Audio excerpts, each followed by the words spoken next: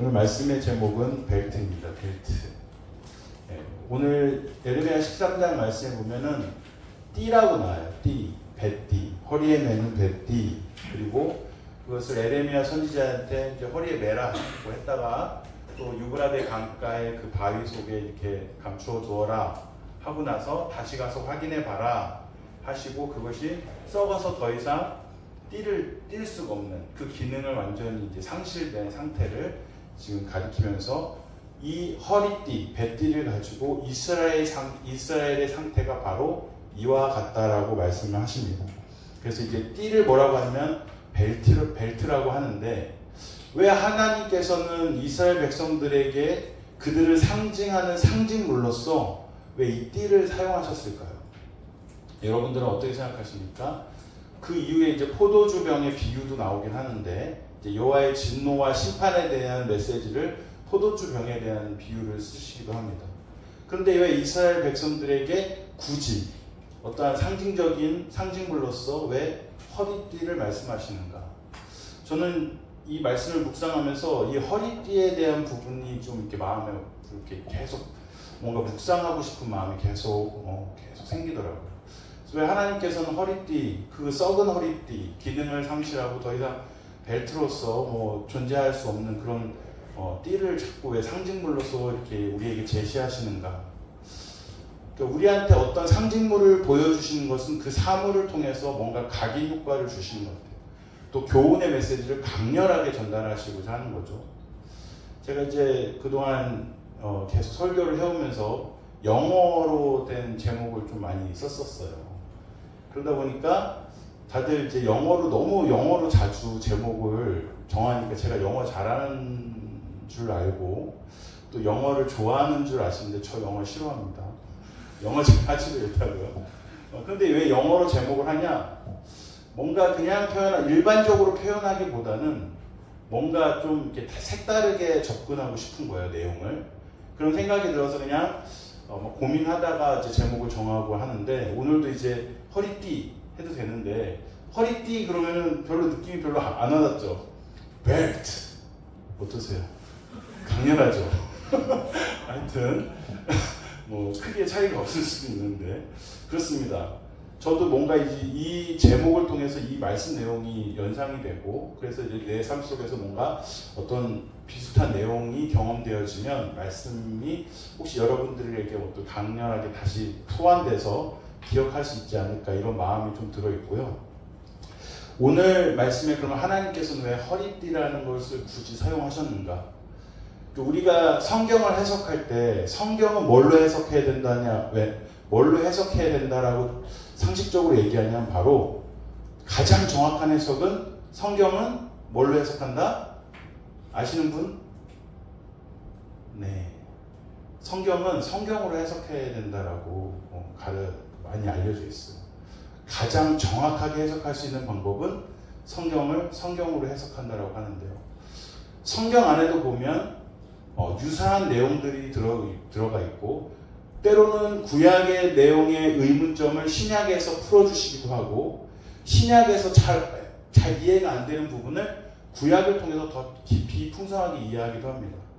그래서 허리띠를 한번 검색을 해봤어요. 여러분들도 말씀을 묵상하다가 뭔가 궁금한 점이 생기고 뭔가 마음에 와닿는 어떤 메시지들이 있으면 한번 검색을 해보세요. 그러면 유사한 표현들이 등장합니다. 그래서 허리띠를 딱 찾아봤더니 어디에 허리띠가 또 나오는지 아세요? 허리 띠고 띠 하면 어디에 딱 한 구절이 나와요. 어딜까요? 그것은 바로 에베소서 6장 10절에서 18절 말씀. 전신갑주에 허리띠가 등장합니다. 그런데요, 참 신기하게도 이 허리띠가 전신갑주를 설명하는 가장 첫 번째 등장을 해요. 그래서 에베소서 6장 14절 말씀에 그런즉 서서 진리로 너희 허리띠를 띠고 의의 호심경을 붙이고 라고 이제 표현이 등장하는데 전신갑주를 보면은 구원의 투구도 있고 복음의 신발도 있고 의의 호심경도 있고 진리의 허리띠도 있고 여러 가지가 있잖아요. 근데 바로 허리띠가 가장 먼저 등장을 합니다.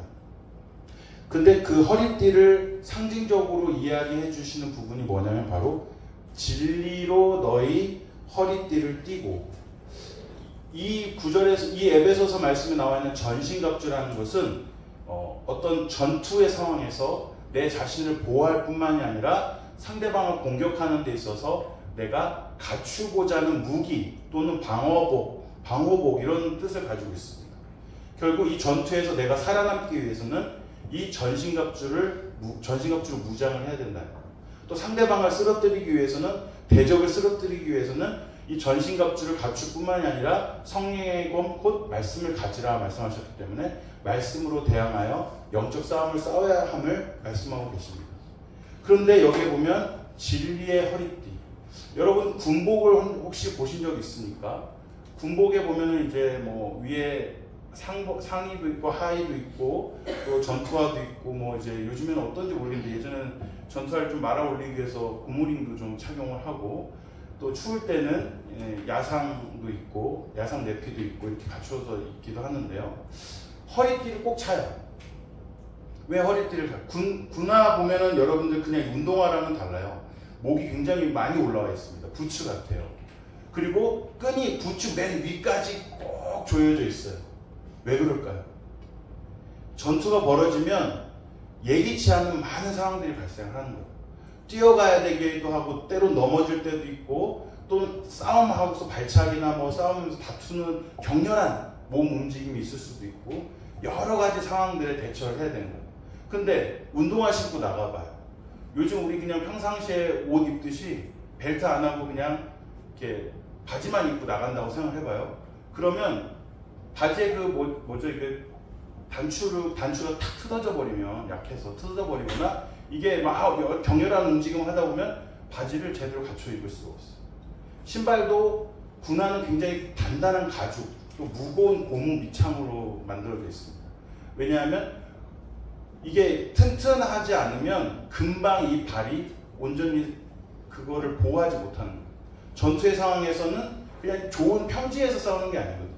숲이나 강물이나 자갈밭이나 바위나 산이나 굉장히 사람이 활동하기 힘든 여건 속에서 굉장히 위험한 조건 속에서 싸우게 되거든요. 그러니까 어떻게 해요? 발을 보호하려고 발에 군화가 이제 높게 부츠처럼 되어 있고 끈도 꽉 이렇게 단단하게 매어져 있죠. 그리고 벨트도 찹니다. 그러니까 안에 벨트도 있지만 탄띠라고 해서 탄띠 벨트가 또 있어요. 바깥에. 그래서 그 허리띠를 2개나 찹니다. 왜냐면 이 내가 가지고 있는 장구리를 온전히 잘 지키고 유지하려면 이 모든 것들을 잘 갖춰야 되는 거죠. 그 당시에 그 어떤 이스라엘의 그 당시에 어떤 그 옷은 어떠한 느낌의 옷이었을까요? 우리가 지금 현대에 입고 있는 기성복처럼 팔이면 팔, 뭐 다리면 다리, 양갈래로 다 갈라져 있어서 활동하기 편한 그런 옷이 아니었어요. 그때 당시였어요. 거의 두루마기를 그냥 두르듯이 입는 옷들이 대부분이었어요. 그러니까 어때요? 전쟁을 나가서 싸울 때 그냥 허리띠를 띠지 않고 나가면 이 모든 것이 그냥 완전히 내가 맨몸으로 싸우는 것과 마찬가지 상태가 되는 거예요. 그러니까 어떻게 합니까? 허리띠를 띄어서 이 옷이 내 몸으로부터 이탈하지 않도록 단단히 내 몸을 감싸고 있도록 그래서 지켜주는 역할을 한다는 것이죠. 내가 적들과 맞서 싸워서 싸우는 데 있어서 아주 기초적이고 기본적으로 갖춰야 될 것이 내 옷을 지탱하고 단단하게 메어줄 수 있는 허리띠다. 그래서 영적인 전신갑주를 말씀하시는 이 에베소서 말씀을 통해서도 뭐라고 하시니까 진리로 허리띠를 껴라. 이것을 일반적인 이해를 돕기 위해서 하나님께서 비유를 설명을 하시는 거예요.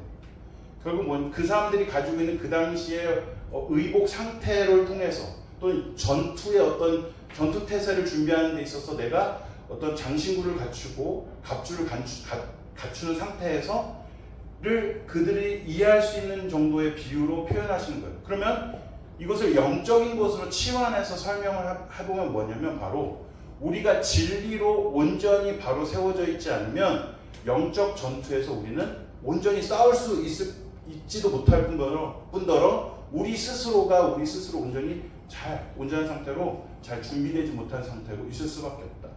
결국 허리띠가 삭아서 썩어서 그래서 온전히 사용하지 못하는 상태는 아예 기본적인 것도 준비가 안 된 상태를 지금 뜻하고 그걸 가르쳐 주는 말씀 되겠습니다. 이스라엘의 상태가 지금 이런 상태라는 거예요. 이스라엘의 상태가 허리띠가 다 썩어서 온전히 자기의 그 의복을 온전히 갖추지도 못할 그런 상태까지 이르렀다. 아주 기초적이고 기본적인 것조차도 이제 더 이상 남아있지 않는 상태. 완전히 맨 바닥, 땅바닥까지 내려가 있는 신앙과 영적인 상태를 말씀하시고 계십니다. 완전히 진리가 상실됐다는 거죠. 하나님의 생명과 같은 진리가 그들에게 더 이상 존재하지 않는다는 거예요. 그들의 영적인 상태가 이만큼 심각하다는 것을 썩어 문드러져 없어진 이 허리띠를 가지고, 배로 만든 허리띠를 가지고 지칭해서 가르치시는 겁니다. 결국 처음에는 에레미야 선지자한테 허리띠를 한번 매봐라 이렇게 말씀하세요. 허리띠를 딱 매어 갖추죠. 그러니까 어떻게 해요? 딱 의복이 이게 안정적으로 딱 착용이 된 상태죠. 근데 갑자기 허리띠를 풀르래요. 그러더니 저 수십 킬로 떨어져 있는 유브라데 강에 그 바위 틈에 넣어놓으래요. 그 결국 어떻게 됩니까? 강물 곁에 있는 바위 틈에 넣어놓으니까 물에 젖죠.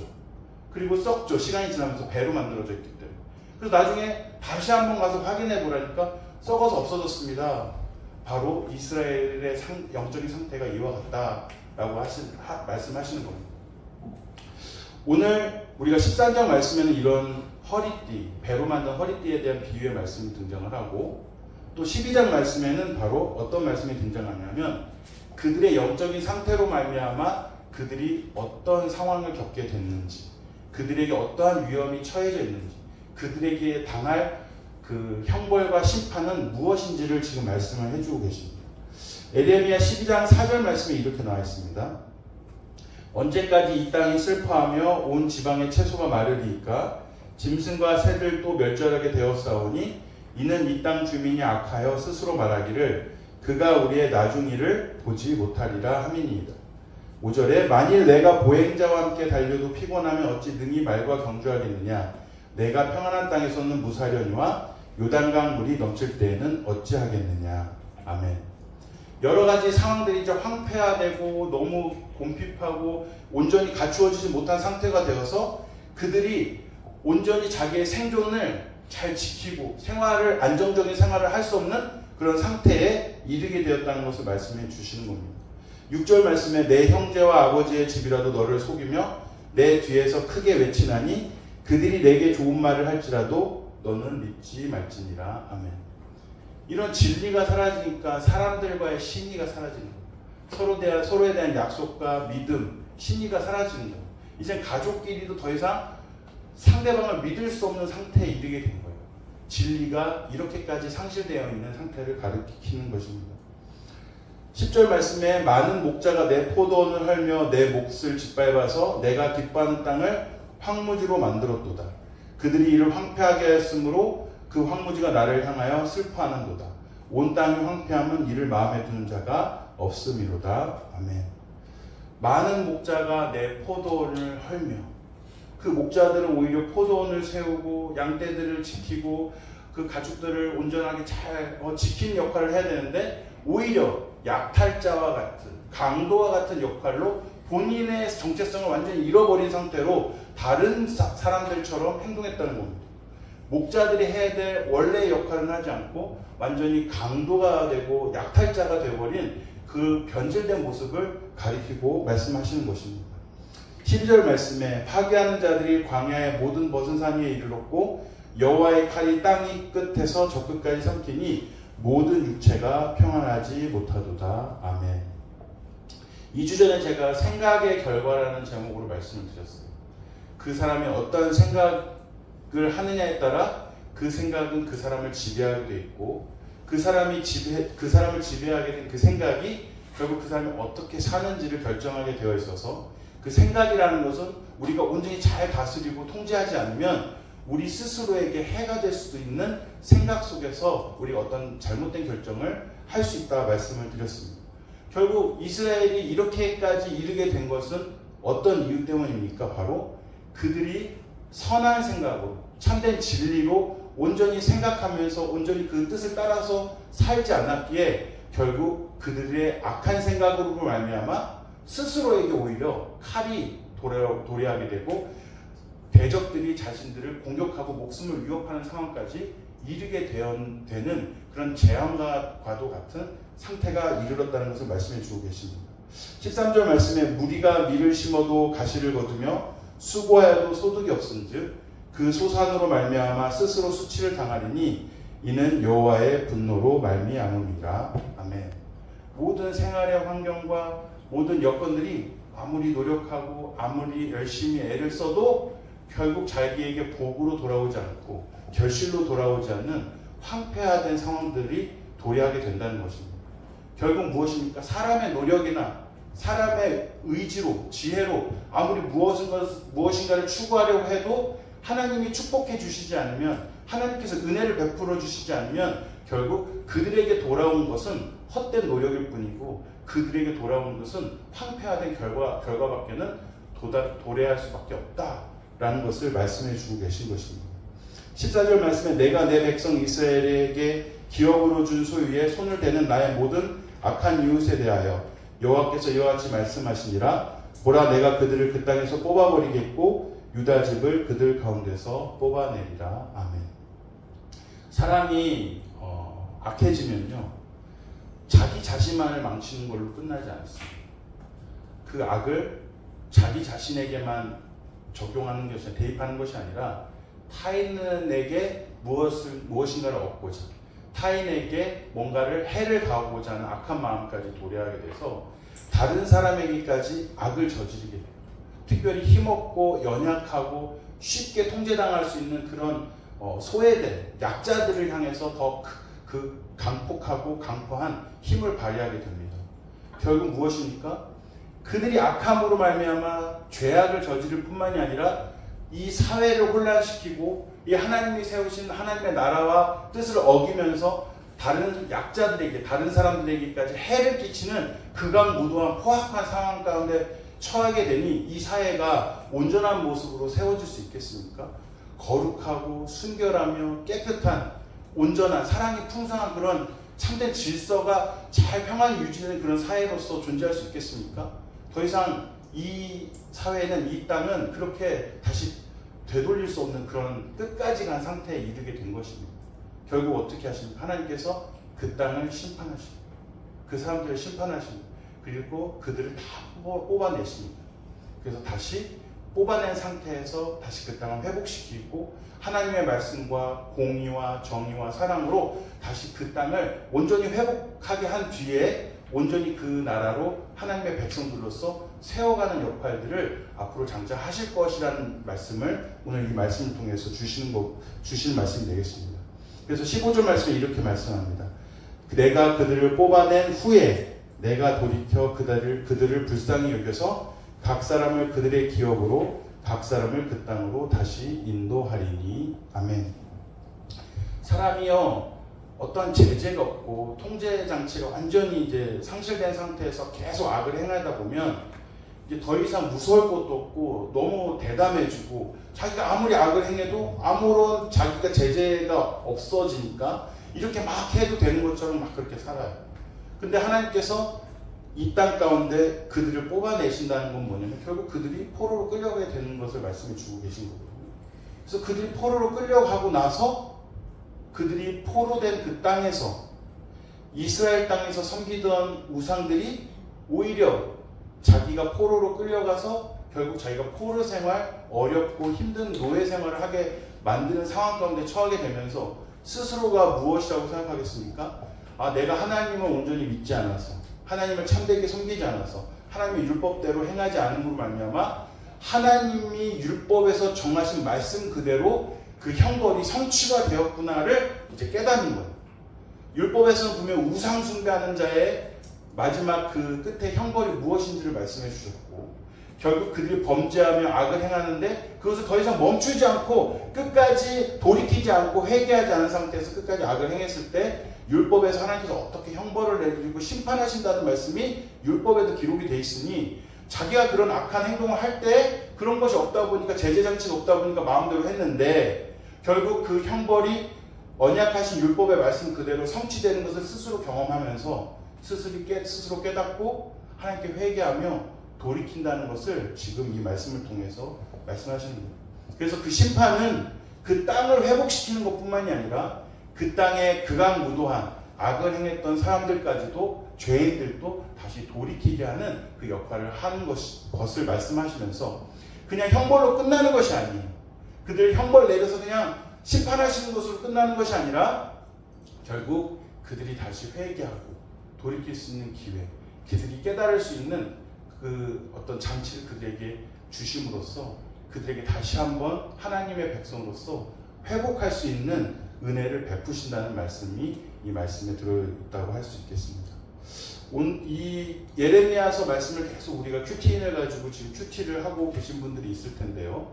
뭐 성경 말씀을 통해서 성경 말씀을 읽어가시면서 아마 이 내용을 알아가시는 분들도 있을 거고, 큐티인을 통해서 또 주변 사람들과 나누면서 이렇게 묵상하시는 분들도 있을 텐데, 여러분들은 이 예레미야서 말씀을 통해서 어떠한 느낌을 받고 계십니까? 어떠한 말씀이 우리의 삶에, 우리 자신에게 마음에 와닿고 계십니까? 아마 각자에게 하나님께서 주시는 말씀이 다 다르겠지만, 하나님께서 이토록 이렇게까지 말씀하시는 것은 뭐냐면, 타락하고 악을 행하며 범죄하여 마지막을 향하여 치닫는 사람에게는 경고의 말씀이 될 것이고, 아직 내가 그런 상태가 아니라 온전한 믿음과 신앙을 잘 준비하고 유지한 사람들에게는 그들도 스스로 깨어있어서 스스로 서 있는 자는 넘어질까 조심하라고 말씀하셨기 때문에 스스로도 계속해서 신앙생활에 깨어있는 삶으로서 하나님께서 계속해서 온전한 믿음과 신앙을 잘 지켜나갈 것을 그렇게 말씀하시고자 이 말씀을 주신 것이 아닌가, 그런 생각이 들었습니다. 그렇다면 우리의 생각을 지배하는 것은 무엇일까요? 또 우리의 생각을 옳은 대로 참된 곳으로 바른 방향으로 우리가 전환하고 온전히 잘 지켜나가려면 어떻게 우리는 살아야 될까요? 바로 이 해답도 하나님의 말씀 안에 있다는 것을 이 말씀의 묵상을 통해서 깨닫게 되었습니다. 지난번에 이어서 계속해서 말씀을 드리면 골로새서 3장 1절에서 2절 말씀에 이렇게 나와 있습니다. 골로새서 3장 1절에서 2절 말씀에, 그러므로 너희가 그리스도와 함께 다시 살리심을 받았으면 위의 것을 찾으라. 거기는 그리스도께서 하나님 우편에 앉아 계시느니라. 위의 것을 생각하고 땅의 것을 생각하지 말라. 그러므로 너희가 예수님을 믿어서 다시 구원을 받았거든, 생명의 구원의 은혜를 받았거든, 이제는 하나님을 향한 믿음과 신앙으로 온전히 살아라. 위의 것을 찾아라. 이렇게 말씀하시는 거예요. 거기는 그리스도께서 하나님 우편에 앉아 계시느니라. 위의 것을 생각하고 과거에 구원받지 않았던 죄악과 포악으로 자기가 하나님을 배반하며 하나님을 대적하였던 삶을 모두 다 청산하고 땅의 것을 생각하지 마라. 이렇게 가르치고 있습니다. 결국 신분의 변화, 하나님께서 구원의 은혜를 베풀어 주셔서 하나님의 은혜로 하나님의 자녀가 되었으니 놀라운 이 신분의 변화를 감사하며 하나님의 자녀로서 합당하게 생각하고 합당하게 그 생각이 나를 지배하도록 계속해서 내 경건의 생활들로 우리 자신을 계속 단련해 나가야 된다라는 것을 말씀해 주고 계신 것입니다. 그래서 위의 것을 생각하고 땅의 것을 생각하지 말라라고 말씀하시는 것이죠. 그러나 빌립보서 3장 19절에서 20절 말씀에 보면 이렇게 그들이 행하고 있다고 말씀하십니다. 여러 사람들이 그리스도의 십자가의 원수로 행한다는 것입니다.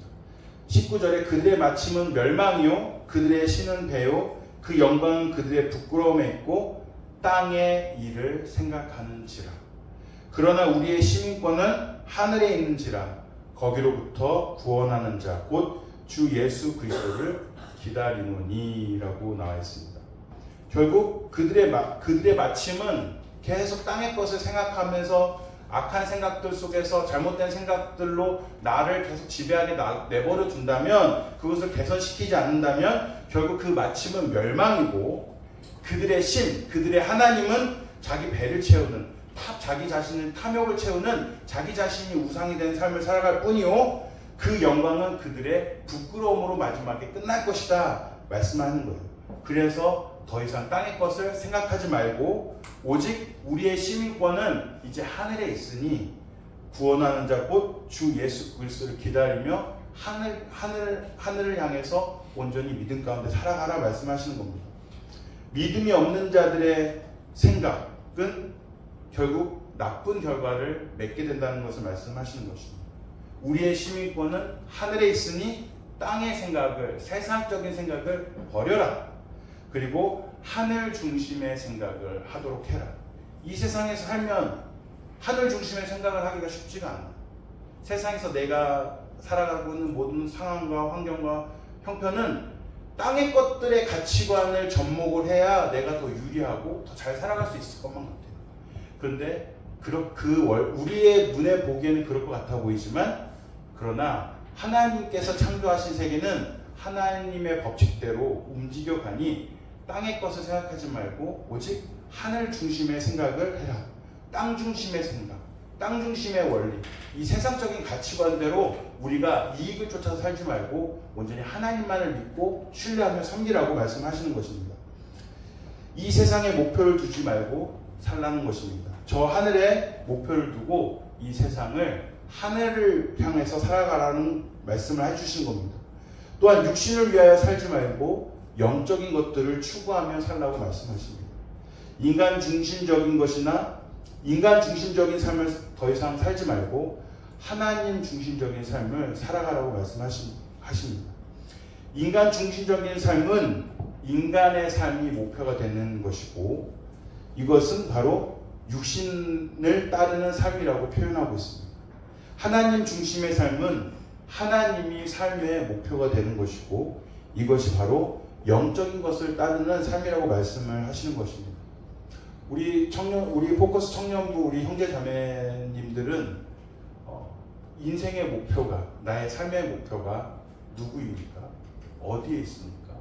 또 성경에서 말씀하시는 우리의 삶의 목표는 무엇일 때 가장 축복되고 하나님께서 주시는 은혜 가운데 살아갈 수 있다고 말씀하고 계십니까? 바로 우리 인생의 목표는 내 것이 아니라 나를 창조하시고 이 땅 가운데 나에게 선한 계획 가운데 나를 이 땅에 보내신 하나님께 목표를 두고 살아갈 때 더 풍성한 은혜와 축복, 진정한 행복을 맛보는 삶이 된다라고 말씀하셨기 때문에 그러한 삶의 목표로 온전히 살아가시는 복된 삶이 되실 예수 그리스도의 이름으로 축원드립니다. 로마서 8장 5절에서 9절 말씀에 이렇게 나와 있습니다. 육신을 따르는 자는 육신의 일을, 영을 따르는 자는 영의 일을 생각하나니 육신의 생각은 사망이요 영의 생각은 생명과 평안이니라. 육신의 생각은 하나님과 원수가 되나니 이는 하나님의 법에 굴복하지 아니할 뿐 아니라 할 수도 없습니다. 육신에 있는 자들은 하나님을 기쁘시게 할 수 없느니라. 만일 너희 속에 하나님의 영이 거하시면 너희가 육신에 있지 아니하고 영에 있나니 누구든지 그리스도의 영이 없으면 그리스도의 사람이 아니라. 이렇게 말씀하시는 겁니다. 결국 육신의 생각으로 육신을 위하여 사는 사람은 그리스도의 영이 거하지 않는 사람이라고 단정적으로 말씀하고 계세요. 그리스도의 영이 거하지 않는 사람은 결국 그 사람의 정체성은 그리스도의 사람이 아니라고 단정적으로 지금 말씀하고 계십니다. 결국 어떻게 생각하고 어떻게 사느냐가 바로 내가 참된 믿음을 소유하고 있는지 없는지 여부를 이 말씀을 통해서 정확하게 아주 단정적으로 하나님께서 판가름할 수 있는 기준점이 된다라고 말씀해 주고 계신 것입니다. 다시 한번 다 같이 한번 읽어보도록 하겠습니다. 로마서 8장 5절부터 9절까지 말씀입니다. 시작. 육신을 따르는 자는 육신의 일을, 영을 따르는 자는 영의 일을 생각하나니 육신의 생각은 사망이요 영의 생각은 생명과 평안이니라. 육신의 생각은 하나님과 원수가 되나니 이는 하나님의 법에 굴복하지 아니할 뿐 아니라 할 수도 없으니라. 육신에 있는 자들은 하나님을 기쁘시게 할 수 없느니라. 만일 너희 속에 하나님의 영이 거하시면 너희가 육신에 있지 아니하고 영에 있나니 누구든지 그리스도의 영이 없으면 그리스도의 사람이 아니라. 아멘. 그러나 이 말씀은 단정적으로 완성형으로 말씀하시는 게 아니라 그 사람의 정체성, 그 사람이 추구하는 방향을 이야기하는 것입니다. 그래서 우리가 완전하게 하늘의 것을, 영의 것을 생각하면서 살아야 된다라고 말씀하시는 것이 아니라 결국 우리가 어떻게 합니까? 계속해서 우리의 정체성과 인생의 방향과 목표를 하나님을 향한 신앙과 믿음의 정체성으로 계속해서 추구하며 나아가야 된다는 것을 말씀하시는 거예요. 그래서 내가 지금 가지고 있는 이 믿음의 상태가 미완성의 상태인지 아니면 신앙의 미성숙으로 인한 연약함인지를 한번 봐야 된다는 거예요. 내가 하나님을 위해서 살아갈 생각도 없고 말씀대로 따라서 순종하면서 살 생각도 없고 하나님을 온전히 믿고 섬기며 경배하며 예배하며 살지도 않고 하나님 말씀과는 정반대로 내가 살기로 결정했다. 하나님과 완전히 전혀 다른 삶을 살기로 했다. 결국 세상 사람들 같이 그렇게 살기로 지금 내가 방향을 정했다면 그것은 하나님을 향한 신앙과 믿음이 없는 거죠. 그 안에는 그리스도의 영이 거할 수가 없습니다. 그리스도의 영이 거하지 않으니 하나님의 놀라운 은혜와 축복과 구원이 그에게는 존재할 수가 없어요. 그런 사람들이 있는 반면에 믿음이 연약하고 아직은 미성숙하고 부족하지만 그래도 하나님의 말씀을 믿으며 하나님께 은혜와 긍휼을 구하면서 내가 말씀 가운데 하나님을 향한 인생의 목표를 가지고 목적을 가지고 살기로 계속 간구하며 하나님 중심으로 생각하려고 하고 말씀 중심으로 내가 따르려고 하고 때때로 우리가 지키지 못할 때에는 회개하며 다시 돌이키는 그런 계속 반복되는 성화의 과정의 삶을 통해서 계속 그 믿음의 삶을 그 하나님을 향한 방향성을 확실히 잡고 나아간다면 그것은 아직은 연약하고 미성숙한 것뿐이지 그 삶이 믿음 가운데 성령께서 다시는 은혜 가운데 계속해서 성장해 가고 연단해 가며 성숙해지는 과정을 통해서 그들은 하나님을 향한 믿음과 신앙으로 온전히 서게 될 줄 믿습니다. 그러나 이것과는 전혀 다르게 아예 내 정체성이 이것을 온전히 동의하지 않고 전혀 그렇게 살아가지 않는다면 그것에는 분명 그리스도의 영이 거하지 않으니 그런 사람들에게는 아직 구원이 믿음이 온전히 하나님께서 주시는 축복과 은혜 가운데 있지 아니하다라는 것을 말씀해 주시는 것입니다. 적극적으로 악을 행하며 악을 저지르는 것에 대하여 양심의 가책이나 회개 또는 반성이 없이 그것을 마음만 먹으면 아무런 고민 없이 손쉽게 저지르거나 그것을 통하여 마음의 만족이나 감정의 충족 등 그것들을 추구하고 살고 있다면 그 안에 그리스도의 영이 있다라고 보기 힘들다는 것입니다. 죄악으로 욕구를 실현하는 것에 즐거움을 느끼며 계속 그것을 멈추지 않고 저지르는 것에 대하여 거리낌이 없다면 이것은 분명 그리스도의 사람이 아니라 할 수 있겠습니다. 이러한 말씀은 잠언 말씀에서도 아주 잘 나와 있습니다. 잠언 12장 5절에서 7절까지의 말씀입니다. 의인의 생각은 정직하여도 악인의 도모는 속임이니라. 악인의 말은 사람을 욕보아 피를 흘리자 하는 것이거니와 정직한 자의 입은 사람을 구원하느니라. 악인은 엎드러져서 소멸되려니와 의인의 집은 서 있으리라. 아멘. 하나님께서 이렇게 말씀하시는 거 보면 얼마나 하나님께서 공의로우시고 공평하시고 정의로우신 분인지를 우리가 알 수 있어요. 악인들은 타인을 향하여 해를 가하고 때때로 생명을 위협하기도 하고 그 사람들이 온전히 살아가지 못할 정도로 그렇게 폭력을 행하고 괴롭히는 그러한 역할을 한다는 것입니다. 그러나 하나님께서는 결코 그런 것을 그냥 내버려 두시지 않는다라고 말씀하시는 겁니다. 6절에 악인의 말은 사람을 욕보아 피를 흘리자 하는 것이거니와 이렇게 나와 있는데요. 이 표현은 진짜 물리적인 그런 힘을 행사하는 것일 수도 있겠지만 이것은 비유적인 표현이기도 합니다. 그래서 이러한 악행을 저지르는 타인을 향해서 악행을 저지르는 것에 대해 말씀하시는 건데요.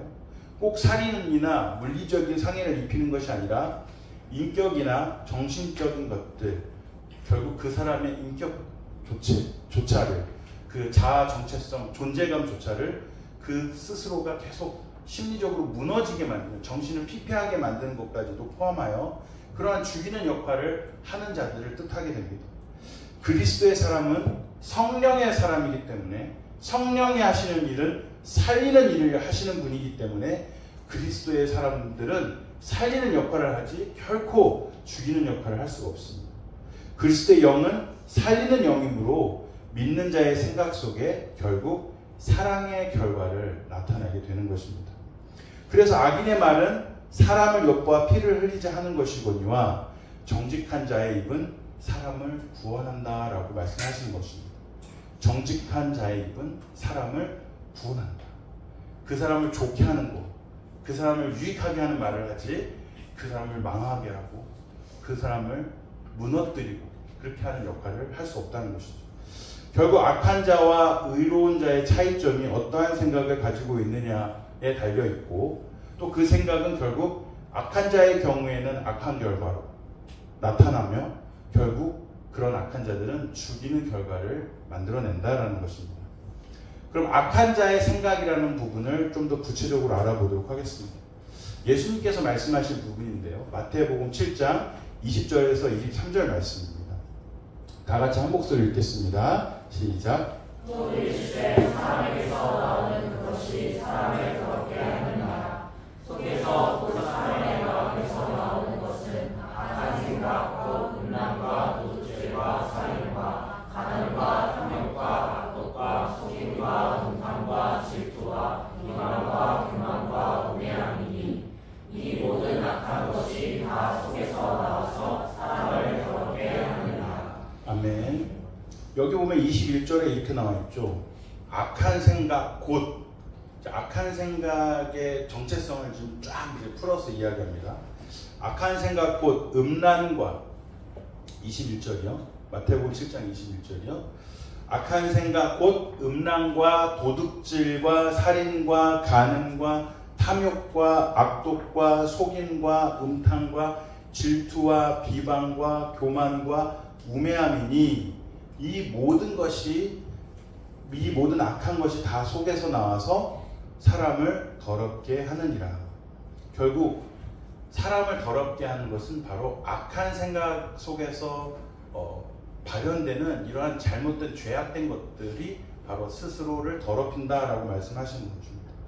결국 우리를 더럽히지 않으려면 예수 그리스도의 십자가의 보혈로 우리의 모든 죄악을 회개하며 씻음 받아야 될 뿐만 아니라 그리스도를 믿음으로 구원받은 자들은 이제 그리스도 영께서 더 이상 우리가 더러운 것으로 나아가지 않도록 회개하게 하시고 돌이키게 하시고 더 이상 죄에 머물지 않도록 우리의 심령과 양심에 가책을 주셔서 죄악에 머무르는 자신의 상태를 견딜 수 없게 하시고 우리를 각성케 하시고 변화시켜 주신다는 말씀입니다.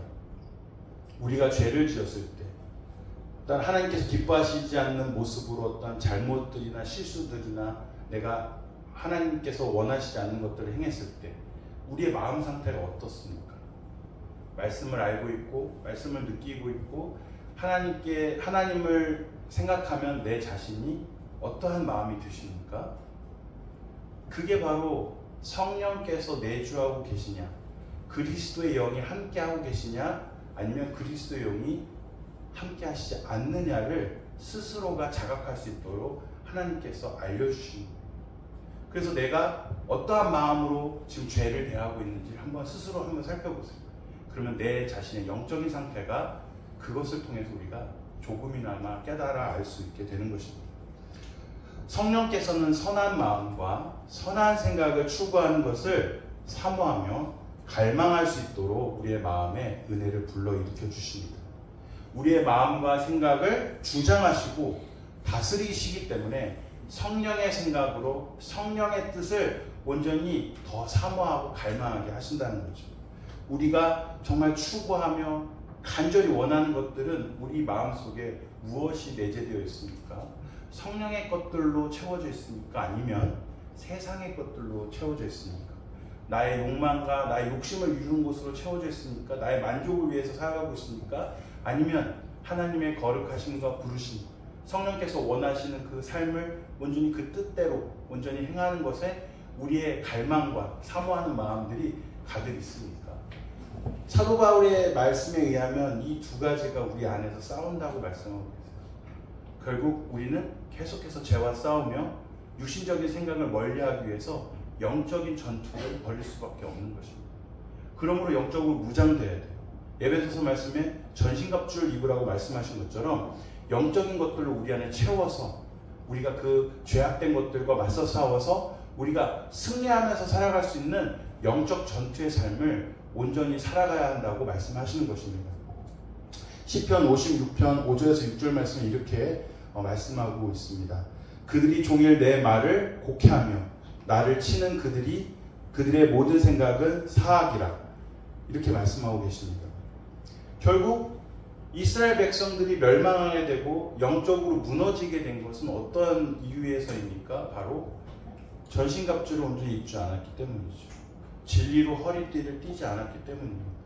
그들이 경솔함, 그들의 잘못된 생각들이 하나님을 향한 온전한 믿음과 생각 속에서 살지 아니하고 하나님의 말씀을 떠나서 자기 자신의 탐욕과 욕망만을 채우고자 하는 세상적인 가치관과 생각으로 살아가다 보니까 결국 그들의 끝이 멸망으로 치달을 수밖에 없는 결과를 가져왔다고 말씀하시는 것입니다. 결국 이스라엘 백성들은 그러한 삶을 거부했고 그러한 삶을 살지 않았기에 결국 그들에게 처해질 수밖에 없는 운명은 결국 하나밖에 없었다는 것이죠. 그들이 종일 내 말을 곡해하며 나를 치는 그들의 모든 생각은 사악이라. 계속해서 하나님의 말씀을 부정하고 곡해하면서 계속해서 거부했다는 것입니다. 의롭게 살아가는 자들을 오히려 음해하고 무너뜨리려 하는 모습들을 또 등장하기도 합니다. 왜냐하면 그들의 생각은 사악이기 때문입니다. 사악한 생각을 하니 그러한 악을 행하는 것입니다. 이것이 이스라엘의 생각의 결과인 것입니다. 창세기 6장 5절에서 7절 말씀에 이렇게 말씀하고 계십니다. 여호와께서 사람의 죄악이 세상에 가득함과 그의 마음으로 생각하는 모든 계획이 항상 악할 뿐임을 보시고 땅 위에 사람 지으셨음을 한탄하사 마음에 근심하시고 이르시되 내가 창조한 사람을 내가 지면에서 쓸어버리되 사람으로부터 가축과 기는 것과 공중의 새까지 그리하리니 라고 나와있습니다. 결국 사람의 생각이 이 세상에 가득 차게 되면, 악한 생각들로 가득 차게 되면 그 끝은 하나님의 심판으로 멸망할 수밖에 없는 결과를 맞이할 수밖에 없다는 것을 말씀하시는 것입니다. 노아의 홍수 때 말씀하시는 말씀이 되겠습니다. 노아의 홍수는 이 지구상에 대격변이 일어난 사건입니다.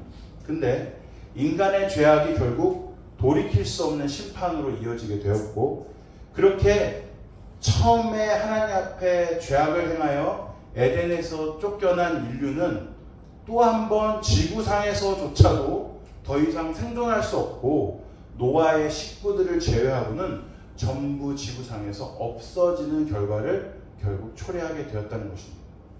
죄악 가운데 행할 뿐만이 아니라 돌이키지도 않고 바로 서려고도 하지 않고 계속 죄악을 향하여 계속해서 달려나간다면 결국 에덴에서 쫓겨난 인류가 이제는 이 지구상에서조차도 발 디딜 수 없는 그런 형편과 상황에 처하게 될 수밖에 없다는 것이죠. 그러므로 우리가 가지고 있는 죄에 대한 관념을 좀 더 경각심을 가지고 우리가 세울 필요가 있어요. 내가 지금 죄를 범해요.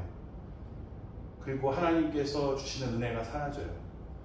결국 메마르고 피폐한 인생의 결과를 얻게 돼요. 아, 죄를 지었으니까 이렇게 됐네 라고 끝날까요?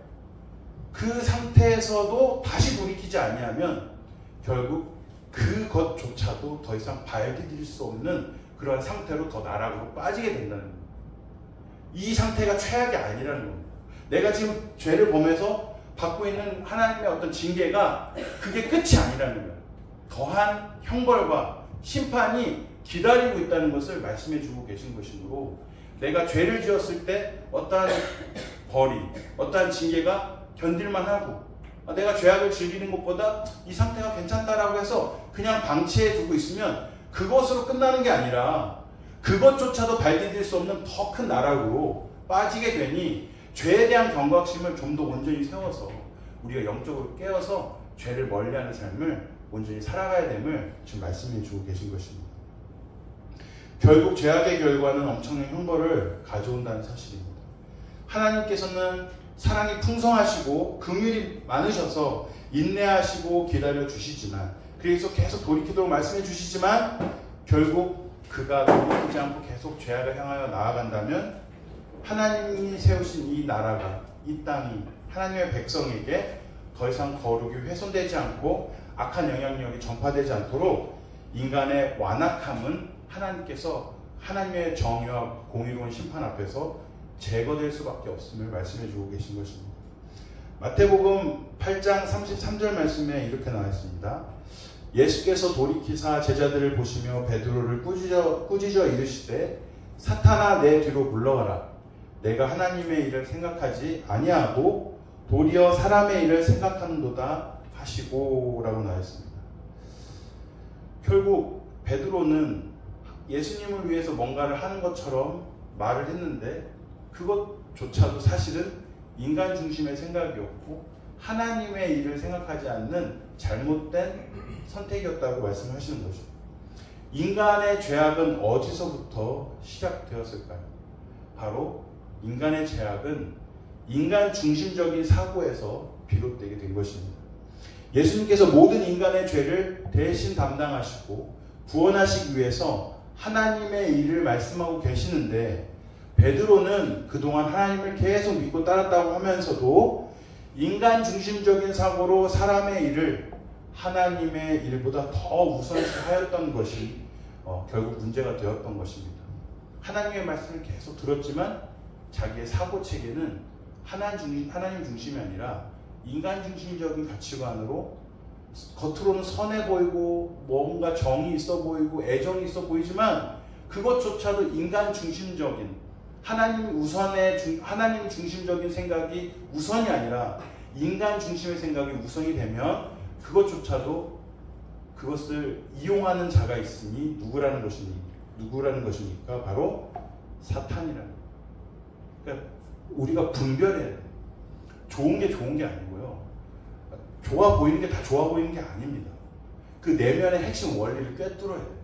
근데 베드로는 이거를 간과한 거예요. 예수님을 생각해 주는 것 같았죠. 예수님을 위한 것 같았죠. 그래서 예수님 십자가에 걸고 달리지 마십시오 이렇게 예수님께 얘기하죠. 그러나 예수님은 하나님 중심적인 사고를 하셨던 분이기 때문에 그러한 인간 중심적인 사고를 틈타서 사단이 전략적으로 베드로에게 접근하고 있음을 꿰뚫어 보신 거예요. 그러니까 그렇게 말씀하시는 거죠. 베드로를 꾸짖어 이르시되 사탄아 내 뒤로 물러가라. 내가 하나님의 일을 생각하지 아니하고 도리어 사람의 일을 생각하는도다 라고 하시면서 그의 생각이 잘못된 생각임을 말씀해 주고 계신 것입니다. 그래서 사탄은 거룩과 사랑과 선한 일을 가장해서라도 사람의 일을 우선하게 만드는 경향성이 있습니다. 그러므로 때때로 우리가 눈에 보이는 것 그대로 판단하는 것이 아니라 항상 그 영적인 그 내면을 항상 보시면서 영적인 시각으로 보시면서 우리가 내가 지금 하고 있는 생각이나 판단이 하나님의 생각이고 판단인지 성령의 뜻인지 아니면 악한 영이 역사하는 사단이 가장해서 주는 속임수인지를 우리가 잘 분별해야 될 줄 믿으시기 바랍니다.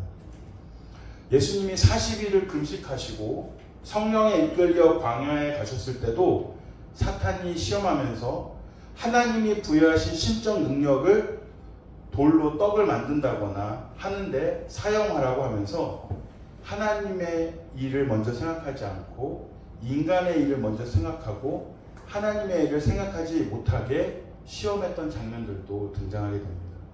그러므로 우리가 선택하는 것, 우리가 지금 하고 있는 것, 모든 것이 과연 하나님 보시기에 어떤가를 분별해야 된다는 것입니다. 디모데전서 6장 3절에서 5절 말씀에 보면 이렇게 나와 있습니다. 누구든지 다른 교훈을 하며 바른 말 곧 우리 주 예수 그리스도의 말씀과 경건에 관한 교훈을 따르지 아니하면 그는 교만하여 아무것도 알지 못하고 변론과 언쟁을 좋아하는 자니 이로써 투기와 분쟁과 비방과 악한 생각이 나며 마음이 부패해지고 진리를 잃어버려 경건을 이익의 방도로 생각하는 자들의 다툼이 일어나느니라. 아멘. 예수 그리스도의 말씀과 경건에 관한 교훈을 따르지 아니하면 결국 우리가 잘못된 생각과 판단을 하게 된다는 거예요.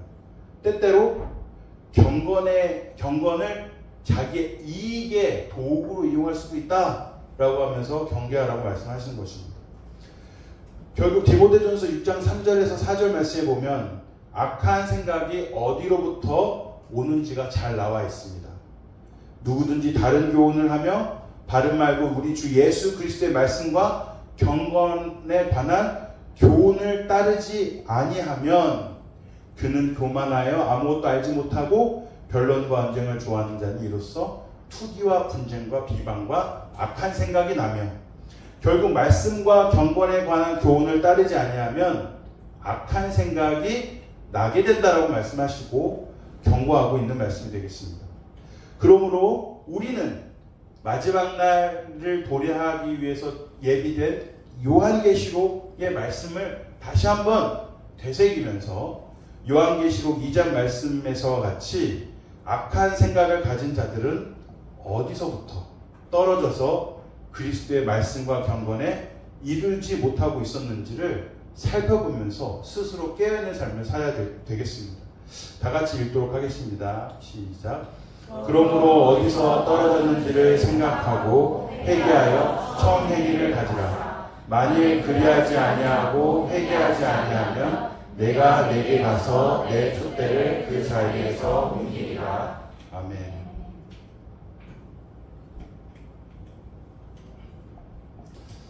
우리 각자의 신앙을 한번 지금 체크해봤으면 좋겠어요. 혹시 어디에서 떨어진 부분은 없으세요? 지금 여러분들의 신앙의 상태를 여러분들은 어떻게 보고 계십니까? 어떤 상태이신 것 같아요?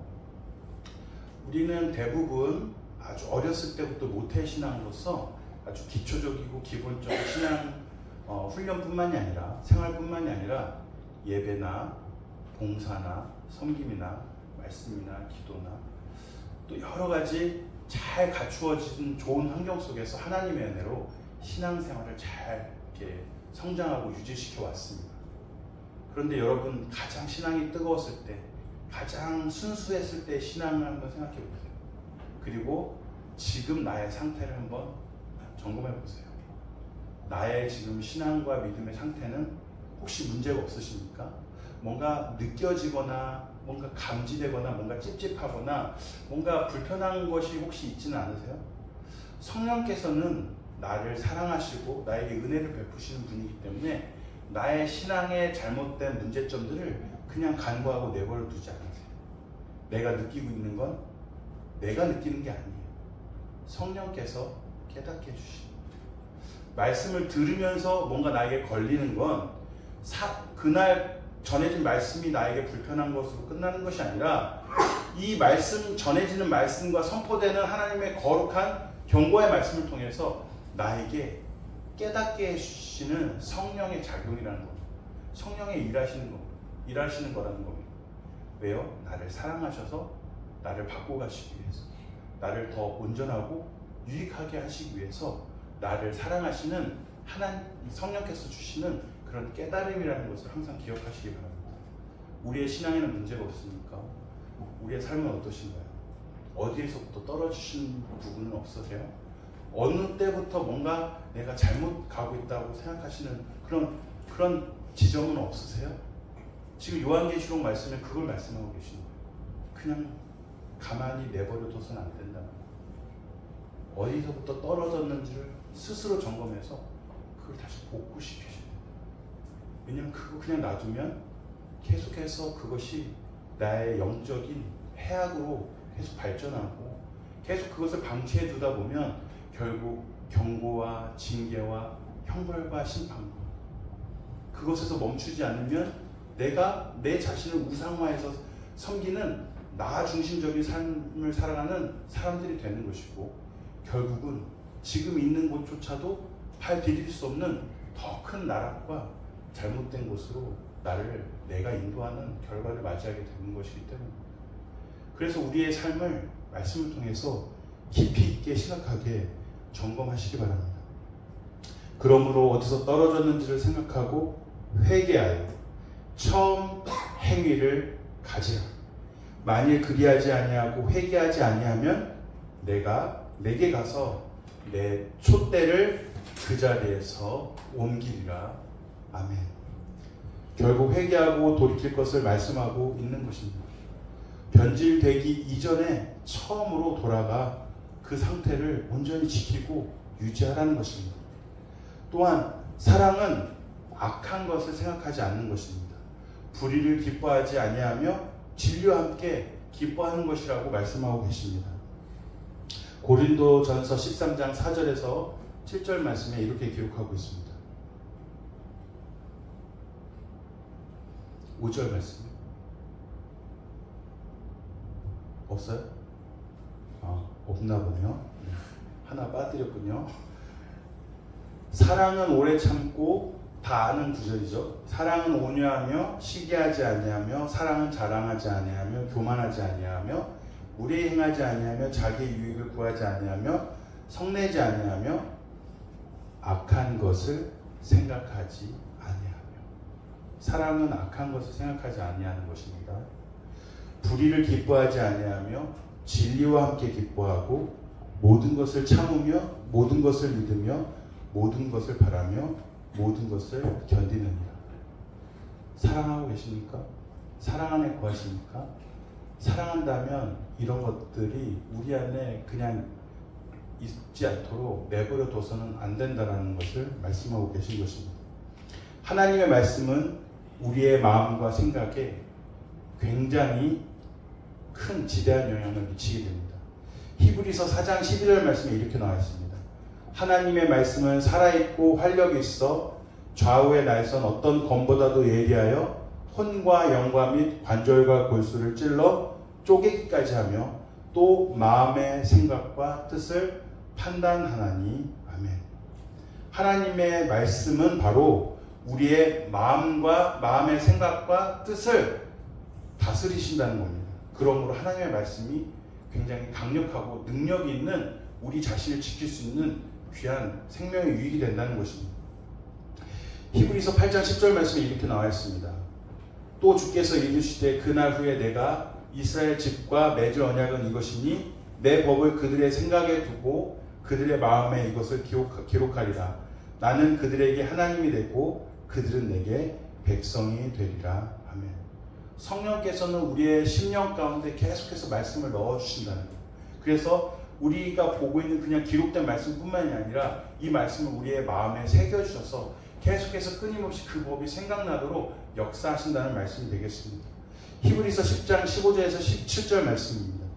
또한 성령이 우리에게 증언하시되 주께서 이르시되 그날 후로는 그들과 맺은 언약이 이것이라 하시고 내 법을 그들의 마음에 두고 그들의 생각에 기록하리라. 아멘. 하나님께서 우리에게 말씀뿐만이 아니라 우리의 영적인 이 건강을 온전히 유지하고 보존하기 위해서는 기도 또한 우리의 마음과 생각에 큰 영향을 미칠 수 있다고 말씀하고 계십니다.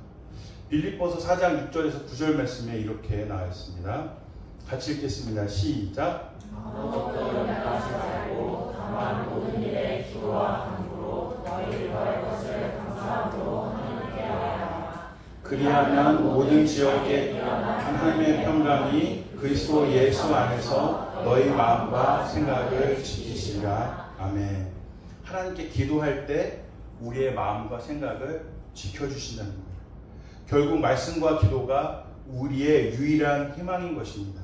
생각의 결과를 만드는 것은 바로 말씀과 기도가 우리 인생의 결과를 만드는 것과 같다라고 말씀하시는 것입니다. 고린도후서 10장 4절에서 8절 말씀이 이렇게 나와 있습니다. 우리의 싸우는 무기는 육신에 속한 것이 아니요 오직 어떠한 견고한 진도 무너뜨리는 하나님의 능력이라. 모든 이론을 무너뜨리며 하나님 아는 것을 대적하여 높아진 것을 다 무너뜨리고 모든 생각을 사로잡아 그리스도에게 복종하게 하니. 아멘. 그러므로 무엇을 하기 이전에 항상 말씀과 기도가 우선이 되어야 한다는 것입니다. 결국 생각의 방향이 우리의 인생의 결과를 결정하기 때문입니다. 하루의 시작을 말씀과 기도로 시작하는 사람은 어떠한 인생의 결과를 가져오게 될까요? 인생의 중요한 문제를 앞에 두고 말씀과 기도를 붙드는 사람은 어떠한 결과를 얻게 될까요? 항상 모든 삶 속에서 아무리 바쁘고 분주하고 여러 가지 환경과 상황이 많더라도 항상 말씀과 기도가 중심이 된다면 선한 생각으로 선한 결과가, 좋은 생각으로 좋은 결과가, 복된 생각으로 복된 결과가 나타난다고 말씀하시는 겁니다. 결국 말씀과 기도가 그 모든 것의 결과가 달라지게 하는 능력이 된다고 말씀하시는 것입니다. 로마서 12장 3절 말씀에 이렇게 말씀하고 계십니다. 각 사람에게 나누어 주신 믿음의 분량대로 지혜롭게 생각하라. 말씀을 벗어나서 하나님의 뜻을 벗어나서 생각하고 결정하지 말라는 것입니다. 오직 말씀과 기도로 생각하고 하나님이 주시는 응답으로 나아가라고 하시는 겁니다. 그것이 오직 우리의 모든 인생의 문제를 해결할 수 있는 유일한 해결책입니다. 하나님께서는 이 세상을 말씀으로 창조하셨고 하나님의 뜻대로 운행하고 계십니다. 결국 하나님의 말씀과 기도로 거룩하여지는 것입니다. 그래서 하나님께서는 이스라엘 백성들에게 이렇게 요청하고 계신 것입니다. 오늘 우리가 읽었던 에레미야 말씀을 보면 이스라엘의 황폐화된 상황이 여실히 묘사되고 있습니다. 그리고 그들이 어떻게 멸망할 수밖에 없었는지를 그 원인을 말씀하시고 결국 그 끝의 결과가 어떠한지까지도 말씀해 주고 계신 것입니다. 결국 그들은 말씀과 기도가 상실된 생각의 결과로 그들은 범죄하여 멸망하게 되었다는 것입니다. 그러므로 우리는 이제 어떠한 삶을 어떻게 살아가야 하겠습니까? 항상 하나님을 향한 믿음과 신앙으로 하나님께서 주시는 은혜를 구하며 하나님께서 우리에게 말씀하시는 그 말씀에 귀를 기울이고 항상 영적으로 깨어서 우리가 온전히 하나님 안에 선한 생각 가운데 사로잡혀서 그리스도의 은혜 아래 살아갈 수 있기를 구하며 나아가야 될 줄 믿으시기 바랍니다. 이 시간 우리 함께 기도하도록 하겠습니다.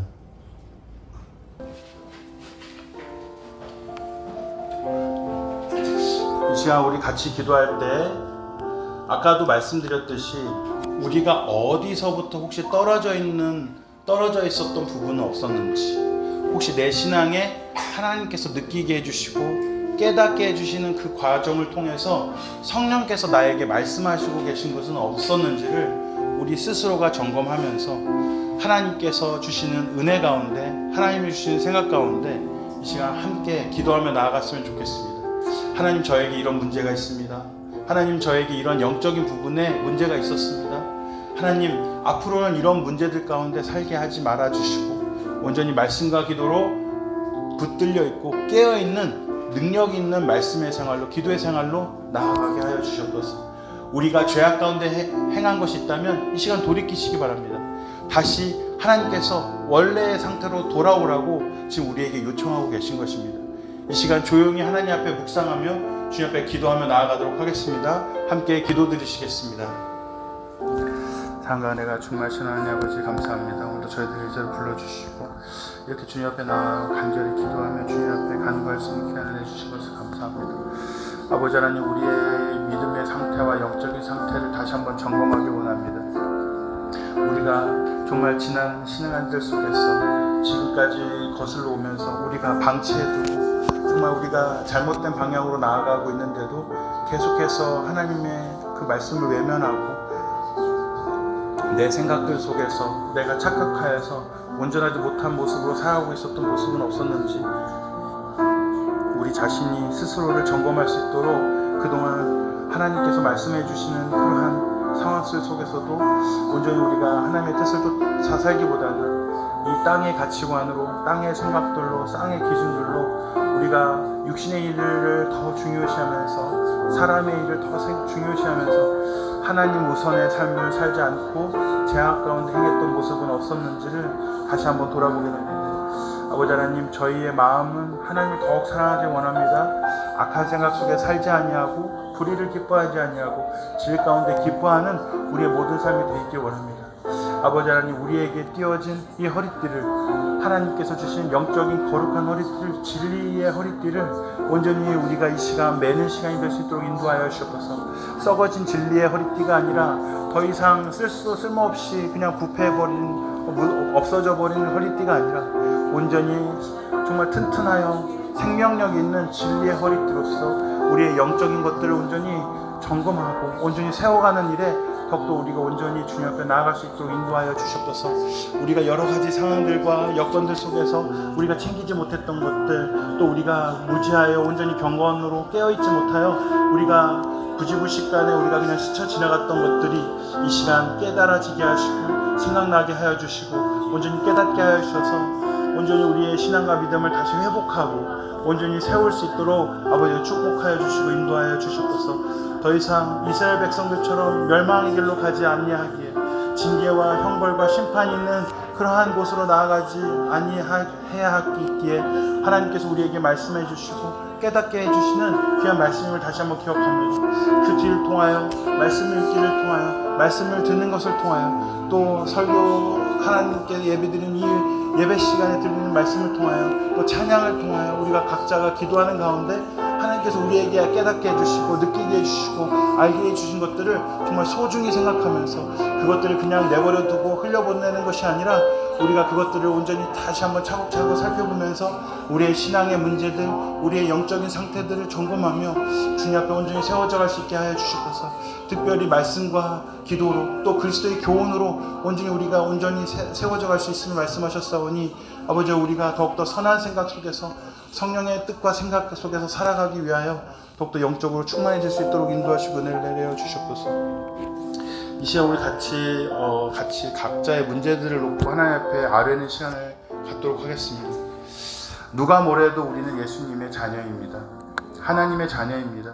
예수 그리스도의 값진 십자가의 보혈의 피로 우리는 죄사함을 받았고 이제 우리는 하나님의 의의 자녀가 되었습니다. 하나님이 통치하시고 다스려 주시고 우리를 지키시고 보호해 주실 줄 믿으시기 바랍니다. 이 시간 각자의 문제를 놓고 각자 고민하는 문제들, 가정의 문제들, 건강의 문제들, 가족들의 문제들, 진로의 문제들, 관계의 문제들, 직장의 문제들, 학업의 문제들, 건강의 문제들, 그 어떠한 문제이라 할지라도 하나님의 주권 안에 모든 것이 통치되고 다스려진다는 사실을 기억하시고 하나님의 의의 자녀의 특권으로서 예수 그리스도의 이름으로 기도할 때 응답될 줄 믿으시며 온전히 이 시간 간구하며 나아갔으면 좋겠습니다. 이 시간 각자의 삶의 여러 가지 기도의 제목들을 놓고 간절히 기도하시고 특별히 우리 공동체 가운데 우리 주변에 우리의 기도가 필요한 형제자매들, 그 강현 형제의 건강의 문제와 우리 주변의 지체들의 건강의 문제들, 혹시 그들에게 가장 삶의 문제들에 정말 기도가 필요한 부분들이 있다면 이 시간 중보하시고 도구하는 시간을 갖도록 하겠습니다. 이 시간 주님의 이름을 부르며 함께 기도하며 나아가도록 하겠습니다. 주여, 주여, 주여. 아버지, 사랑과 은혜가 충만하신 하나님 아버지, 울고 있습니다. 고통스러워하고 있습니다. 절규하고 있습니다. 절망하고 있습니다. 너무나도 마음이 상한 심령 가운데 낙심하며 아파하고 있습니다.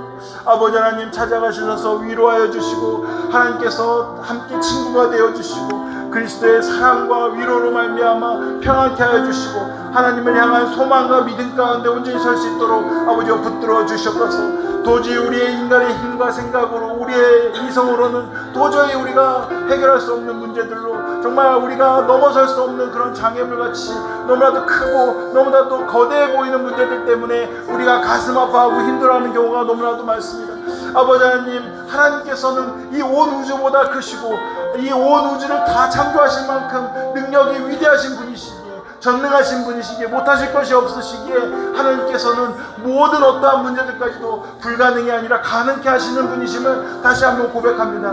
이제 예수 그리스도의 복음으로 말미암아 십자가의 구원과 은혜로 말미암아 하나님의 의의 자녀가 되었사오니 아버지여 하나님께로 온전히 나아가 우리 아버지신 주님께 우리의 보호자가 되시고 우리의 모든 것이 되신 주님께 아뢰며 나아가오니 아버지, 우리의 기도와 간구를 하나님께서 들어 기억하시고 아버지 응답하여 주셔서 온전히 우리의 모든 기도의 제목들이 놀랍게 응답되어지는 놀라운 역사를 우리가 보게 하여 주셨소서. 아버지여 끝까지 우리가 기도하게 하시고 우리의 주변의 상황과 환경들 때문에 또 우리 자신을 바라보면서 실망하지 않게 하여 주시고 포기하지 않게 하여 주셔서 끝까지 믿음으로서 승리하며 나아갈 수 있도록 아버지 은혜를 허락하여 주셨소서. 주님의 뜻이 어디 있는지 주님의 선하신 계획이 어디 있는지 우리는 알 수 없어 답답해하고 정말 근심하고 염려할 수밖에 없으나 우리가 기도할 때 주님께서 약속하신 그 말씀 그대로 응답해 주실 것을 믿으며 소망 가운데 나아가기 원하오니 아버지 우리의 믿음을 주님께서 붙잡아 주시고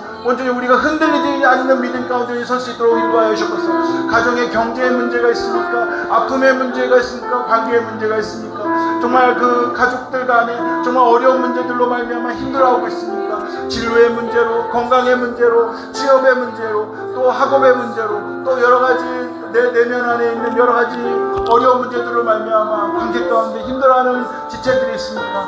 하나님께서 찾아가 주셔서 하나님의 사랑으로 보듬어 주시고 따스한 품으로 안아주셔서 그 모든 것이 주님 안에서 해결받게 해주시고 하나님의 위로와 은혜로 정말 긍휼하심을 얻어 온전한 평안 가운데 나아갈 수 있게 하여 주셔서 온전히 끝까지 기도하게 하여 주시고 온전히 하나님만을 붙들고 의지하는 더욱더 믿음 가운데 나아가기 원하오니 이러한 기도 제목들로 말미암아 우리의 믿음과 신앙이 더욱더 성장할 수 있게 하여 주시고 놀랍게 응답하시는 놀라운 역사들을 우리가 경험하면서 하나님의 위대하심과 역사하심과 살아계심을 다시 한번 경험하면서 더욱더 우리의 간증으로 삼고 우리가 더욱더 믿음의 동기로 삼아서 더욱더 하나님을 향한 신앙과 믿음으로 온전히 우리가 붙들려서 온전히 살아갈 수 있는 믿음의 터전이 될 수 있도록 토대가 될 수 있도록 아버지여 선하신 계획 가운데 인도하시고 은혜를 허락하여 주셔서 아버지여 주님께서 역사하실 줄 믿습니다. 주님께서 함께 하실 줄 믿습니다. 지금도 우리와 함께 하시고 우리의 예배를 받으시며 우리의 기도 가운데 응답해 주실 것을 믿으며 주 앞에 간절히 간구하오니 그 모든 어려움들 가운데 주님의 선하신 뜻과 계획을 깨닫게 하여 주시고 그 모든 문제의 원인과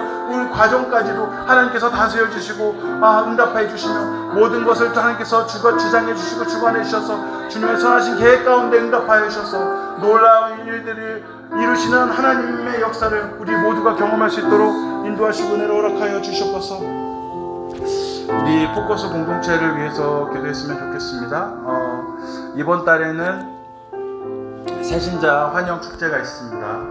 또한 장기 오랜 기간 우리 품을 떠나 있는 우리 영혼들을 위해서도 기도했으면 좋겠습니다. 우리 이 행사가 주님의 은혜 가운데 잘 계획되고 준비되어서 많은 영혼들이 다시 돌아오게 하시고 새로운 영혼들이 구원을 얻고 생명을 얻고 하나님의 은혜와 사랑을 누리면서 살아갈 수 있는 귀한 복된 시간이 될 수 있도록 잘 준비될 수 있기 위하여 기도해 주시고 또 우리가 이제 후반기 마지막 4분기를 맞이하고 있는데 이 모든 4분기도 우리가 잘 하나님의 은혜 가운데 선하신 뜻과 계획 가운데 우리가 하나 되어 이 모든 것들을 잘 감당할 수 있기를 위해서 기도해 주시고 특별히 우리 사랑이 넘치고 사랑으로 하나 되며 그리스도의 사랑으로 충만히 역사하는 그런 공동체가 되길 위하여 지금 함께 우리 공동체를 위해서 마지막으로 기도하며 나아가도록 하겠습니다. 주여 주여 주여 아버지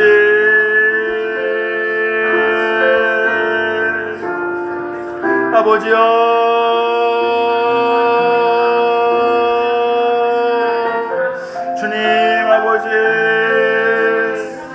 아버지여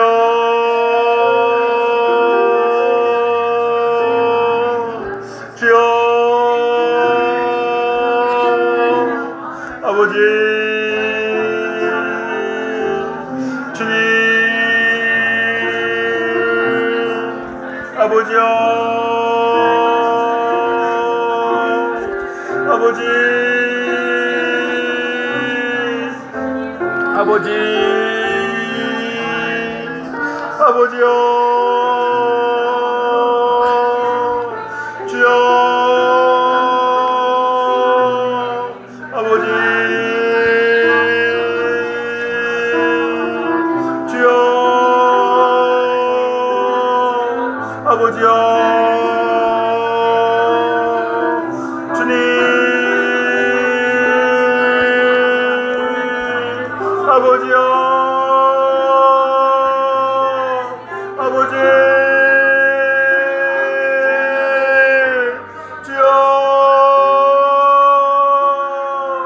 아버지여, 아버지 주님, 주여, 아버지,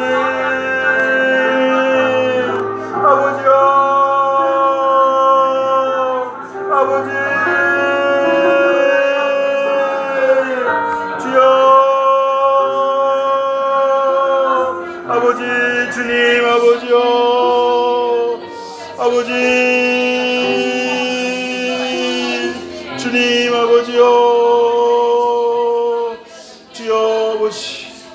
사랑과 은혜가 충만하신 하나님 아버지, 이 시간 우리가 드린 모든 기도의 제목 가운데 하나님께서 역사하시고 은혜 베풀어 주셔서 모두 하나님의 선하신 계획과 뜻 가운데 응답되어질 줄 믿습니다. 우리가 굳건한 믿음 가운데 정말 우리가 낙담하거나 포기하지 아니하고 우리를 위하여 일하시는 하나님을 바라보면서 온전한 믿음 가운데 설 수 있도록 인도하여 주시옵소서. 특별히 우리 가운데 그동안 우리가 바쁘게 또 여러 가지 상황들 속에서 우리가 분주하게 생활하느라 혹시 우리 삶 가운데 영적으로 놓친 부분이 없는지를 항상 되돌아보게 하시고, 말씀을 통해서 예배를 통해서 찬양과 기도를 통해서 주님께서 주시는 놀라운 영적인 능력 가운데 깨닫게 하여 주셔서 우리가 다시 한번 영적으로 일어설 수 있게 하시고 온전히 회복되어지는 역사가 있어지게 하여 주시옵소서. 우리 포커스 공동체를 하나님께서 축복하여 주시고 은혜 내려 주셔서 항상 성령의 능력으로서 인도하여 주시고 영혼 구원의 사역들과 앞으로 후반기에 남겨져 있는 모든 사역들 위에도 하나님께서 축복 가운데 은혜 내려 주시옵소서. 우리 공동체 위에 더욱더 그리스도의 사랑이 풍성해져서 우리가 온전히 그리스도의 사랑으로 더욱더 우리가 은혜 가운데 살아갈 수 있도록 인도하여 주시옵소서.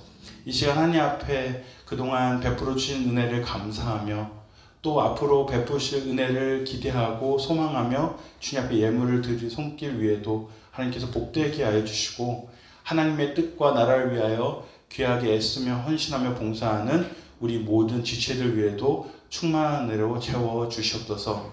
이제는 우리를 구원하신 예수 그리스도의 은혜와 하나님의 사랑과 성령의 교통하심이 하나님을 향한 신앙과 믿음으로 온전히 깨어있는 모든 자들 위해 영원히 함께 있을지어다. 아멘.